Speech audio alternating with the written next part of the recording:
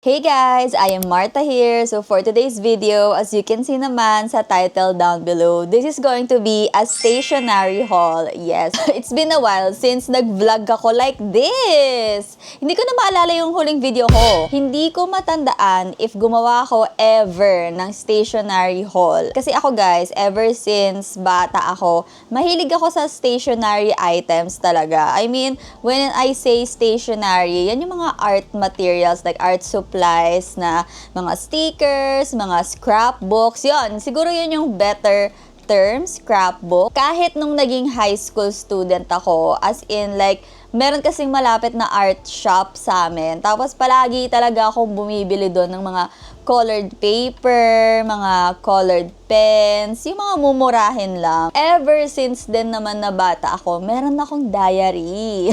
Meron talaga akong diary, guys. And so sad. Sad to say, tinapon ko yung mga diary kong yon kasi nag-declutter ako ng items nung I think college ako dahil dun sa bahay namin, parang inanay na siya. Inanay na yung mga gamit namin. Tapos kailangan ko na talagang mag-let go. Kailangan ko talaga mag-let go ng mga gamit. And nasama doon yung mga diary ko. So, yeah. And then, eventually, tinamad talaga ako. Tinamad akong magsulat. As in, like nung yung college ako, kasi sa PUP ako nag-college. So, wala naman kaming like required any notebooks nung college. Like, kahit anong gusto mong notebook, go. Dumating ako sa point na wala akong talagang notebook nung college ako sa isang semester. Like, yung notebook ko noon, yellow paper lang. Yun lang talaga. As in, hindi ako masyadong nagno-notes.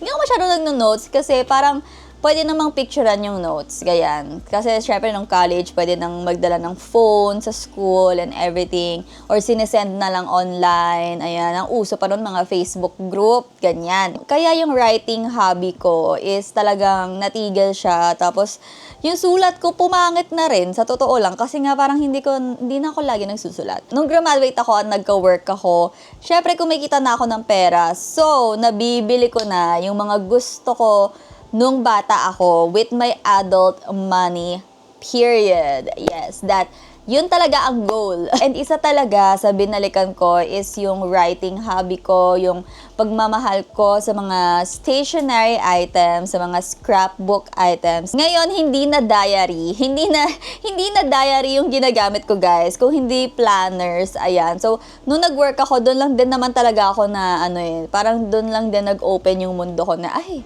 okay, may mga planners pala na nag-e-exist. And wait, may naalala ko. Meron pala akong pinost dito dati sa channel ko na nag-unbox ako ng planner. Pero, na-discover ko si Amanda Rach Lee.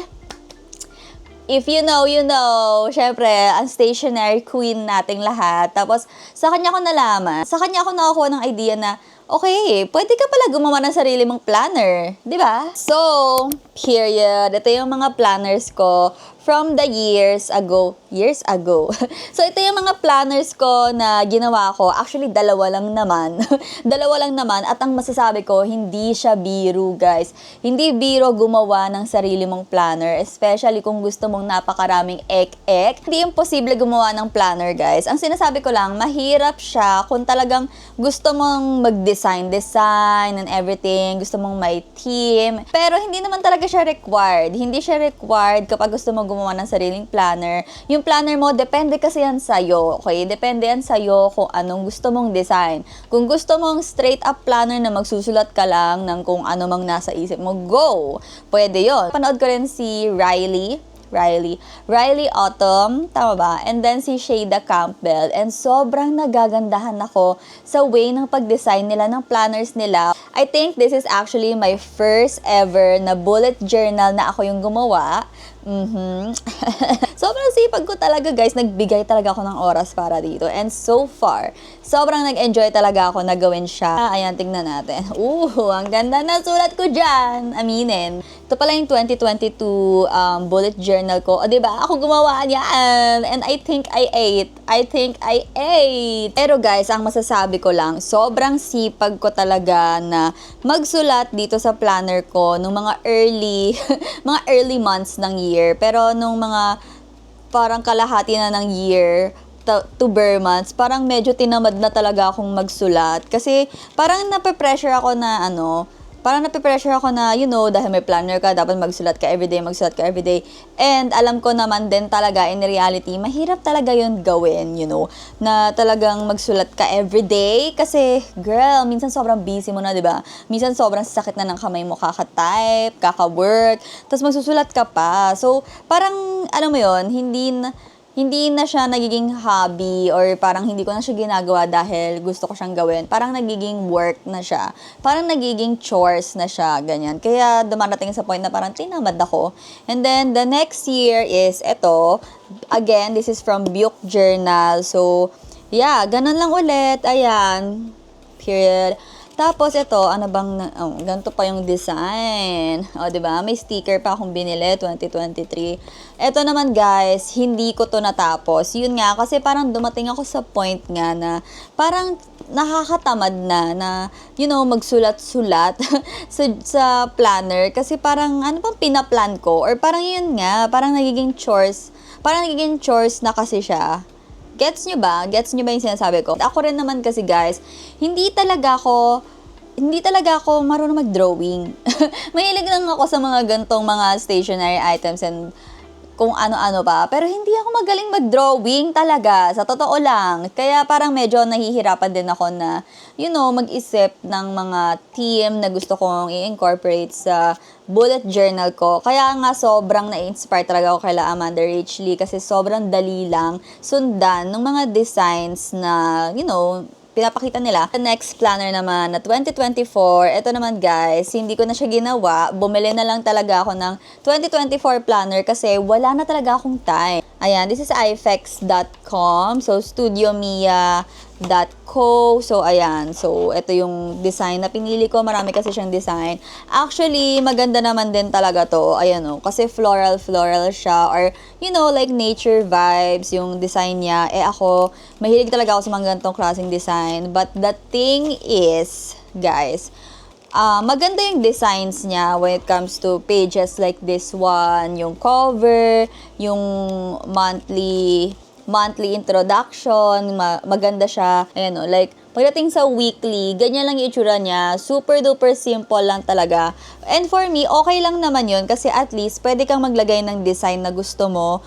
Pero kasi, parang nasisimplehan naman ako.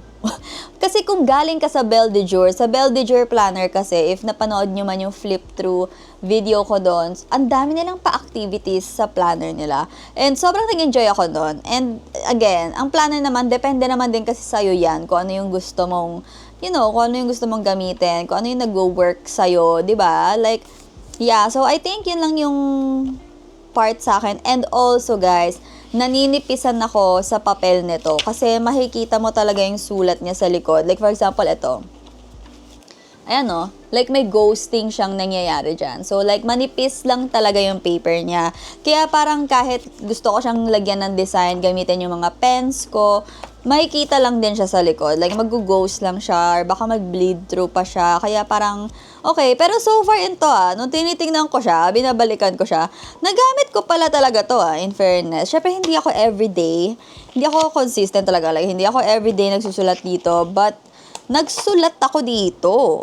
Kasi noong 2023, wala talaga guys. So, etong 2024, in fairness sa akin, nagsulat talaga ako But the thing is, ang pangit ng sulat ko. Like, to the point na kahit ako, hindi ko mabasa yung sulat ko. So, for 2025, I got the Starbucks planner. Ayan. So, yeah, ito siya. And so far, okay naman itong Starbucks planner. Pero parehas lang din yung opinion ko sa kanya tsaka dun sa 2024 planner ko. So, like, maganda siya sa mga gantong monthly. Tapos yung cover niya, maganda rin naman. Ayan. Pero guys, yung weekly, like for example, ito, hindi ko nasulatan. Ganyan lang siya. Simple lang siya. Tsaka, again, manipis yung papel niya. So, yun. Like, pwede mo naman gawa ng paraan kung gusto mo lagyan ng mga designs to make it more personal. Pero kasi, para sa akin naninipisan talaga ako sa paper niya. So yun. And ito naman, okay lang din. Nagamit ko rin naman tong planner na to. So, yun. Pero hindi ako super consistent talaga when it comes to writing sa planner ko. But it's okay. Kailangan ko i-remind yung sarili ko na okay lang yun. Kasi kapag talagang pinipilit mo yung sarili mo na, sa mga bagay na wala ka namang motivation, kunwari, minsan nakakatamad talaga magsulat and everything. Kasi pag pinilit ko yon, wala, tignan nyo, no 2023 planner ko, hindi ko natuloy, hindi ko nagawa. Kasi nga parang napipilitan na lang ako, alam mo yon. So, kailangan kong, I need a break para mahanap ko ulit yung drive kung bakit nga ba kasi ako nagpa-planner, di ba? And now, ayan, so napakahabang story time pala nun, no? And now, guys, kaya tayo gagawa ng stationery haul kasi for 2026, I decided na gagawa ulit ako ng sarili kong bullet journal. Yes, so nag-spark siya sa akin. Alam mo yun, parang, guys, what if gumawa ulit ako ng 2026 bullet journal? Kasi, 'di ba? Like, gusto ko siyang balikan dahil, yun nga, nag-try naman ako na gumamit ng mga ibang planners na, naka-customize na whatsoever, but it's not giving sa akin. Like, okay naman siya, nagamit ko siya, pero like, it's not giving, Kaya naman, simulan na natin tong haul and let's start with my bullet journal notebook. So again, binili ko to from Buick Journal. Buick notebook. Doon lang talaga ako bumibili ng notebooks, guys. Kasi sobrang ganda talaga ng quality ng notebooks nila dahil yung paper talaga yung habol ko dahil makapal talaga yung paper nila. Like, ito, yung paper nito is 160 GSM. Wala talagang ghosting or nangyayari ganyan. Pero depende rin kasi yon sa kung anong pen ang ginagamit mo. Pero so far, okay naman talaga yung Buick notebook sa akin when it comes to bullet journal. At sobrang dami nilang designs na available and yung mga designs nila talagang kuhang-kuha nila ako, ganong level. Kagaya nga nito, guys, actually, nagkamali. Nagkamali siya. So, dapat talaga pink siya. Pero kung nakikita nyo naman, hindi siya color pink. Color purple siya. So, nagkamali yung sinend sa akin. Ayan. So, embossed na floral design siya, guys. And yon, sobrang cute sana nung pink. Like, baby pink yung color niya, mga pastel pink, parang ganon. Pero yun nga, purple yung napadala sa akin. So, tinry ko siyang ipa-refund. Pero, hindi naman na ako ni-require na i-return pa yung item. So, na-refund yung pera na binayaran ko, pero hindi naman na ako ni-require na i-return yung item. So, parang feeling ko, is this the universe way na sabihin I got a free planner? Tapos, meron din ako napansin, guys, kasi yung mga Buick notebooks ko, binibili ko sila sa Shopee. Sa Orange app ko sila binibili. And, guys, maganda talaga yung quality, pero may pagka-pricey talaga siya. Pero kung i-compare mo siya sa mga bullet journals sa international countries, mura siya. Mura pa rin siya. Like, yung bili ko sa mga previous journals ko sa kanila, mga 400 to 500 pesos. Kasi nga, depende yun sa design, tsaka yung kapal ng paper. Pero ito, guys, binili ko siya sa Lazada. Sa Blue App ko siya nabili. At mura lang siya. Like, nabili ko siya, libre siya. Pero like, yung binayaran ko noong time na yan, mga 200 plus lang. Kaya sabi ko, wait, totoo ba? So, binili ko siya. And then, napansin ko, nung pagka-open ko nito, ayan, iba yung introduction niya dito. So, I am not so sure if lumang designs nila to. Okay? Kasi, Buick notebook pa rin siya. Ayan, Buick notebook pa rin yung nakalagay dito. Tapos yung kapal ng paper niya, makapal pa rin talaga. Like, pang Buick notebook talaga. Pero ang napansin ko lang, mas maliit tong notebook na to kaysa dun sa mga previous na binili ko. Tingnan nyo. Guys, di ba? Iba yung size niya. Iba yung size niya. Wait, ayaw pumantay. Hirap nito Basta, iba yung size niya. Like, mas, di ba? Mas maliit yung nabili ko right now and also yung kapal niya, mas makapal talaga. O, diba? Ito may ganyang design, holographic, kineme pa akong pinili. Ayan. So, eto, mas manipis siya. So, dun ko napagtanto na, okay, kaya pala siya mura. Kaya pala siya mura kasi mas maliit to, tsaka mas manipis siya. But again, yung pages niya is still the same. 160 GSM pa rin naman yung pages niya. Ayan. O, sinisimulan ko na nga mag-design. 2026. And this design is inspired sa bullet journal ni Shada Campbell. So, yun. Isa rin siya sa talagang mga, vloggers na pinapanood ko when it comes to bullet journal. Ayan. Nagsisimula na akong magsulat-sulat and everything.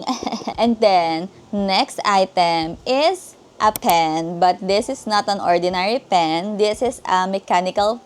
Hindi. This is a fountain. Ano ba? This is a fountain pen. So, this is my first ever fountain pen. Ito yung Pilot Kakuno. Tama ba? Pilot Kakuno fountain pen. Ayan. So, yung pinili ko is color pink. Nabili ko rin to sa Orange app. And so far, okay naman siya. Ay, ito pala. Nakalagay pala dito.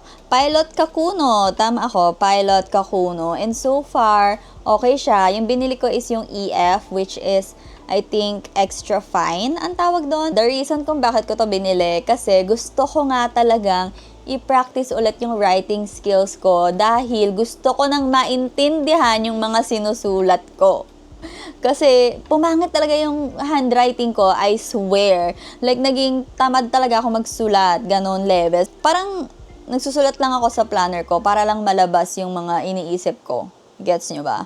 And then, hindi ko rin naman kasi siya like binabasa ulit. So, parang hindi talaga ako nag-e-effort na gandahan yung sulat ko. Kaya, ngayon, mag-e-effort na talaga tayo, guys. Mag-e-effort na talaga tayo, kaya ako to binili. And, yun, naghanap din ako ng magandang fountain pen na nire-recommend. And, isa to sa mga nagpakita. And, yeah, so far, okay naman siya. Ito siya, guys. Kapag pinapansulat and everything, siguro kailangan ko lang talaga mag-practice pa dahil naninibago pa ako sa fountain pen dahil first ever fountain pen ko nga to. And yeah, but so far okay naman. Yeah, pero guys, the thing is, feeling ko may paper talaga na binabagayan ang fountain pen. Kasi ako, marami akong notebook. And then, sa iba kong notebook, tinry ko siyang ipangsulat. Tapos parang hindi siya smooth. Parang hindi siya smooth ipang sulat. So, yun lang naman ang comment ko. Pero, yeah. Siguro gagamitin ko siya more often para mas ma-review ko pa. And speaking of pens, guys, syempre talaga, tutuparin ko yung colored pens. Fantasy ko talaga. Pero ito, nag-restock lang ako. So, bumili ako ng, akala ko nahulog. Bumili ako ng Faber-Castell, ayan. But ito, lalagyan lang to, guys. Kasi yung binili ko talaga is yung calligraphy pit marker ng Faber-Castell. And, guys, like, lahat ng colors ata meron na ako. But again, restock na to. Dahil nga nung gumagawa ako ng sarili kong planner years ago, ito rin talaga yung ginagamit ko. Nalaman ko to kay Shada Campbell. Kasi nga, sobrang gusto niya daw yung colors, yung mga shades or colors nitong ino-offer nila dahil parang more on the cool toned lang siya. So, yeah, this is actually a calligraphy pen. So far, okay naman siya. So, yeah, ang dami kong binili. Hindi ko alam kung ilan to. Hindi ko alam kung ilan tong binili ko. But, yeah, restock na lang to. Kasi yung mga luma kong ganito is nawala na sila ng tinta. Dahil gamit na gamit ko rin naman sila nung nagde-design ako ng sarili kong planner. So, yun. And then, yung iba is nandun sa drawer ko. Like, stay strong pa naman sila. May tinta pa sila. Speaking of pens, meron din ako ng Tombow. And actually, ito yung inaabangan ko talaga na mag-sale. Gusto ko bumili ng iba pang colors nito. Meron na akong Tombow pens, but I think yung Tombow pens na meron ako, siguro mga 10 lang. Ganun, mga 10 lang. Dahil, girl, sobrang pricey naman kasi niya. Like, isang ganito, 145 pesos. So, alam niyo naman ako, hindi ako bumibili ng mga bagay-bagay kapag hindi naka-sale. So, yun. Like, for example, etong calligraphy pens ng Faber-Castell, parang yung regular price ata nito is around 100 plus.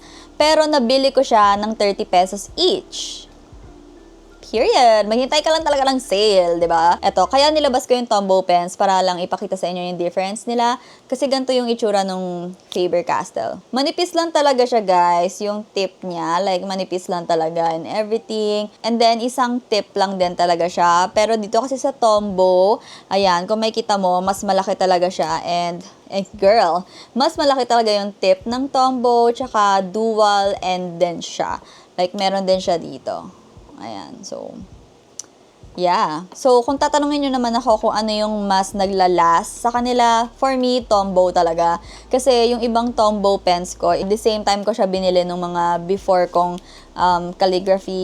Pitt calligraphy pens. And yun nga, ito, parang yung iba, medyo mabilis talaga mawala yung tinta niya. Pero itong Tombow, sobrang laban pa rin talaga yung tinta niya. As in, talagang dapat gagamitin nyo siya sa magandang klase ng paper. Kasi yung isang Tombow pen ko, which is yung color black pa, parang ginamit ko siya sa rough na paper. So, nasira yung quality niya. Ayan. So, mag-i-insert na lang ako, guys. Ayan. Mag-i-insert na lang din ako ng, swatches nitong Faber-Castell calligraphy pens na binili ko para lang, for your reference. And so far, yun nga, binili ko sila ulit dahil, again, nag-sale nga sila ng bongga. And yung ginamit ko rin naman sila before. Sobrang nag-enjoy talaga ako. And gustong-gusto ko kasi talaga yung colors nila. Bumili rin ako nito. Actually, impulse buy lang to. Impulse buy lang to, guys. Di ko rin alam kung saan ko siya gagamitin. Pero kasi ito yung sikat ngayon dahil meron din na nagtitrend na hobby ngayon, which is coloring hobby. Ayan. Yeah, and gusto ko rin siya. Actually, gusto ko rin siyang gawin. Ginagawa ko nga siya lately kasi last year, Japan si Mami. Tapos ngayon, nagpabili ako sa kanya ng Copic markers. So, binilhan niya ako. Pero yung ano lang, 8 or 10 colors lang. Kasi girl, ang mahal nun, di ba? Ang mahal yon. So, yun. And then, ngayon, sobrang na-enjoy ko siya kasi sobrang ganda ng quality niya. So, ito, papakitaan ko kayo. Pero wag kayong huwag kayong mag-expect ng sobrang ganda dahil ate, parang nagdadalawang isip na ako ipakita sa inyo. Ayoko na, I'm shy. Kasi hindi ako expert talaga dahil kakaiba naman yung mga nagpo-post ngayon ng coloring hobby nila, which is sobrang nakakatuwa. And yun nga, yung marami na rin talagang mga tutorials ngayon and everything, pero hanggang dito na lang talaga kaya ng brain cells ko. Ito yon, sabi ko sa inyo, hindi talaga ako like super hindi talaga ako magaling drawing, hindi ako magaling mag-color, yung mga ganyan-ganyan. Gusto ko lang siyang gawin kasi ang saya. Kaya nga pinapangarap ko na magkaroon ng Ohuhu markers. Kasi yun yung sinasabi nilang affordable dupe ng Copic markers. Kasi girl, ang mahal talaga ng Copic markers. And parang feeling ko, hindi ko naman kailangan bilhin yun. Hindi ko siya magagamit sa full potential niya. Dahil nga again, gusto ko lang talaga mag-color. Yun lang. Gusto ko lang mag-color. Kaya gusto ko sana yung Ohuhu markers. Kasi ang ganda rin ng color range nila and everything. So, yun. Kaya rin talaga ako bumili nitong pens nito kasi ganito yung mga ginagamit nila sa mga coloring. And also, sa bullet journal, ginagamit din yung mga gantong klaseng metallic pens. Speaking of coloring, guys, meron ako i-recommend sa inyo na affordable coloring markers. Ayan. So, magkaiba to. Ito ay acrylic markers and then this one naman is alcohol markers. So, magkaiba yung performance nila. Pero if gusto niyo talaga mag-color and then wala pa talaga tayong budget, pwede to, guys. Ayan. Yung meron ako dito is 36 colors lang. Pero meron pa akong isa. Teka nga, kunin ko lang. Meron pa pala akong isa na acrylic marker set. So, ito naman is 60 pieces and then this one is the latest, which is 36 colors. So far, okay naman sila. Magkaibang brand nga to, guys. Actually, pinadala to sa akin ng brands. Ayan. And so far, marirecommend ko naman talaga sila. Again, kasi affordable lang din sila. Siguro ang pinagkaiba lang nitong dalawang brand na to, etong 60 colors, more on the muted colors yung mga swatch niya. While ito namang 36 colors, parang mas vibrant siya. Tsaka parang neon yung eksena niya. Tsaka itong 60 colors, isa lang yung tip niya. Ayan, isa lang yung end niya. Yeah, but it works naman, okay naman siya when it comes to coloring. Tsaka kapag acrylic marker, hindi siya nagbe-bleed through. And then ito palang 36 colors guys, dual-ended tip pala siya. So, kung si Ohuhu markers ay dupe ng Copic markers, ito naman guys ay dupe ng Ohuhu markers. Ayan, so as in, like if talagang gusto niyo lang mag-color for the sake of coloring at talagang may budget lang kayo, okay naman na din to guys. So, hindi ko maalala kung ilang colors ba to.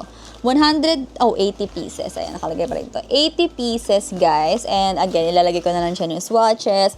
So far, okay naman talaga. Pero kasi, ewan ko sa akin, nalilimitahan pa rin talaga ako sa color selection niya. Kasi yung iba, mukha siyang magkakakulay. But at the same time, parang hindi rin.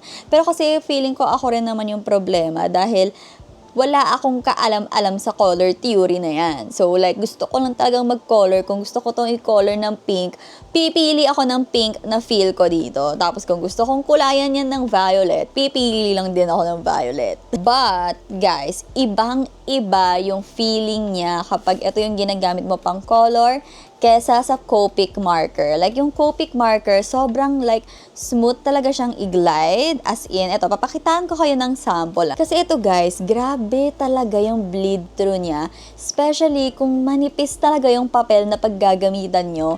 And yung mga gantong alcohol markers, hindi talaga siya advisable if gusto mo siyang gamitin sa mga planners, bullet journal, dahil grabe talaga sila mag-bleed through. Like for example, this one, ang gamit ko dito is Copic marker. So, kung makikita nyo, yung mga streaks niya, like smooth talaga siya guys, and talagang kahit gamitin mo siya, smooth din.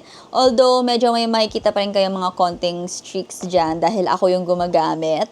Dahil ako yung gumagamit guys, and again, hindi naman ako maalam masyado sa mga gantong material. Like, gusto ko lang talaga mag-color, pero guys, diba?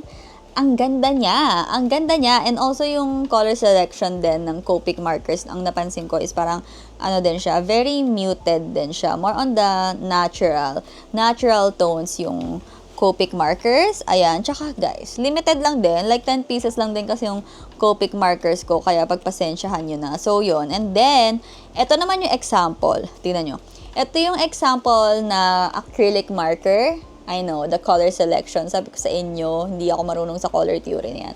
Anyway, ito yung example ng acrylic marker. Okay naman yan siya. Di ba? Okay naman. And, ito nga, pakita ko sa inyo.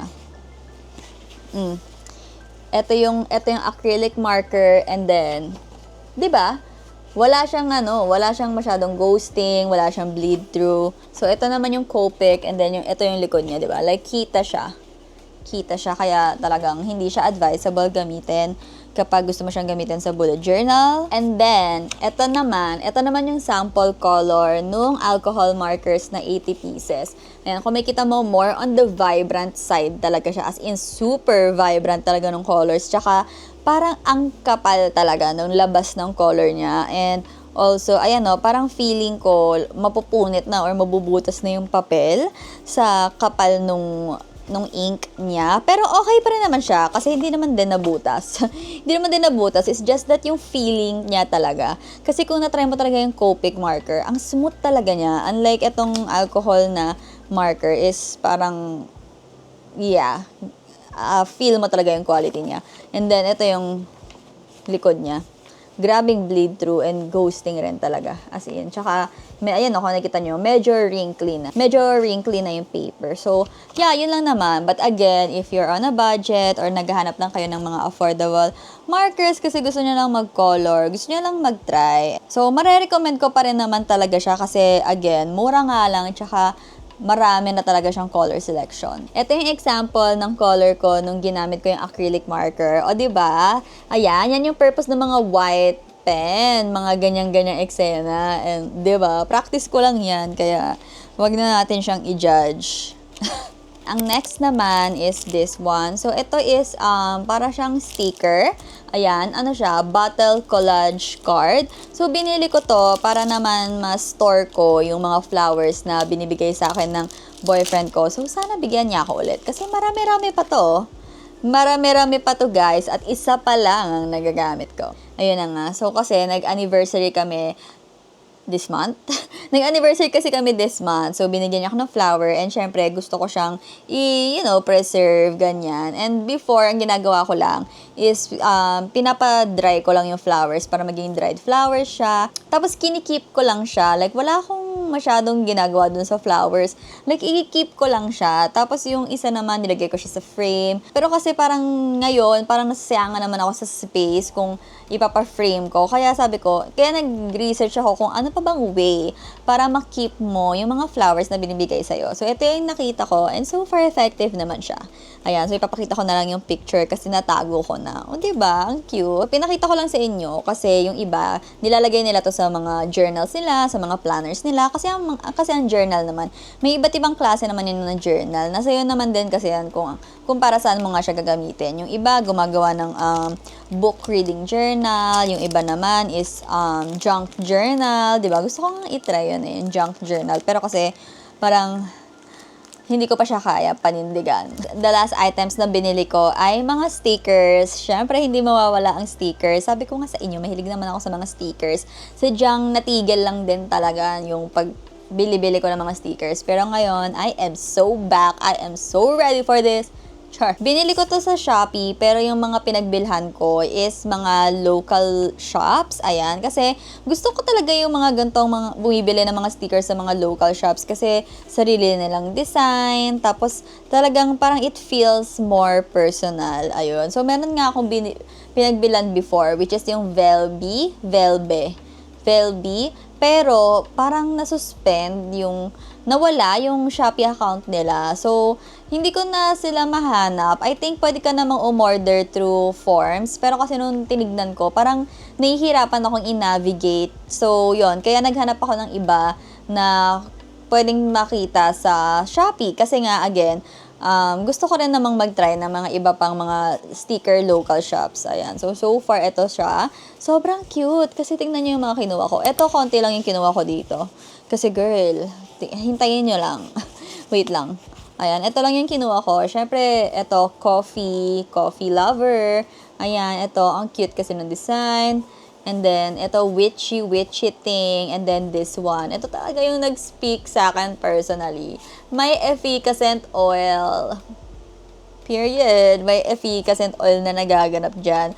Kaya sobrang bet na bet ko talaga siya. Kaya binili ko siya. Paint Dollies. Ayan. So, Paint Dollies Shop yung pangalan nung etong pinakita ko sa inyo. So, the reason kung bakit konti lang yung binili ko from this shop ay dahil ate ko, sobrang dami ko binili dito sa isang shop. Nakikita nyo ba yan? Kulang na lang talaga lahat ng designs nila binili ko. Ganyan kakapal yung binili ko. Grabe. The things I buy with my adult money is scary sometimes. Pero kasi diba, tingnan nyo to. Like for example, ito, Friends sticker siya. Ay, nag-ano yung camera. And for example, ito kung nakita nyo, Friends inspired sticker, diba? Tapos ito, cute vintage sticker. So, by the way, this is from Paper Aika Shop. Ayan. So, yeah, ang dami ko talagang binili sa kanila. So, sobrang natuwa ako kasi sa mga designs. Dahil nga, again, gusto ko talaga yung mga designs ng mga local shop kasi nakikita ko yung art nila. Nakikita ko yung creativity nila. Tapos, yun nga, parang it feels personal kasi. Alam mo yun, it feels customized. Parang ganun yung feeling. Actually, may storya to. Sa unang pagbili ko sa shop nila kasi, 2 beses ako umorder dahil sa Orange app, kailangan 20 items lang yung i-check out mo. Lagpas 20. So, 2 beses. Ngayon, yung pagka-receive ko, kulang yung order ko, tapos yung isa, mali. So, syempre, nag-chat ako dito sa seller. And so far, mabilis naman sila mag-reply and very accommodating din naman sila. Di rin naman masungit or whatsoever. Sabi nila, isasabay na lang daw nila yon sa next order ko sa kanila. And sakto din naman nga kasi na gusto ko pang bumili. Gusto ko pang bumili dahil nakita ko yung ibang items nila na, naka-sales. And parang hindi ko to nabili nung pag-check out ko. Hindi ko nasabay. Kaya sige, bilhin natin. And yon. And then, bumili ulit ako, tapos sinabay naman nila yung mga missing items. And guys, by the way, etong dalawang shop na pinagbilhan ko, marami rin silang sticker freebies na binigay sa akin. Kaya sobrang happy talaga. Yeah, I guess that's it guys for our haul. Medyo mahaba tong video na to, hindi ko in-expect. Kaya if mahilig din talaga kayo sa mga gantong stationery items, sa stationery haul, or gusto niya rin gumawa ng sarili niyong planner, maybe this is a sign. Kasi guys, again, ang paggawa naman ng planner or sarili mong journal, nasa iyo naman talaga yan kung anong gusto mong design. Like, no pressure at all. As in, wag niyong i-pressure yung sarili niyo. Believe me. Yeah, and hindi mo kailangan ng mga mamahaling items para lang mag-start ng sarili mong journal, ng sarili mong planner. Pero syempre, of course, if meron naman kayong budget, wala rin naman talagang masama if gusto mo bumili ng mga, mga ganitong items para sa sarili mo. Kasi again, you are doing it for you. Kaya naman if meron kayong mga masasuggest pa sa akin, mga shop dyan, or mga favorite sticker shops nyo, mga pens na, marirecommend nyo, just let me know. Let me know. I want to know. So that's it guys for our video. Sana naman nag-enjoy kayo. And of course, if meron kayong mga questions or suggestions, i-comment nyo lang dyan down below. And if you're new here to my channel, don't forget to click the subscribe. Nabubulol ako dati, hindi naman ako nabubulol, sabihin to talaga. And if you're new here on my channel, don't forget to click the subscribe button down below and also the bell button down below. Follow me on my social media accounts, Facebook page, I am Marta, Instagram, TikTok, I am Marta. So I hope that you're all safe and I hope I'll see you soon again. Bye!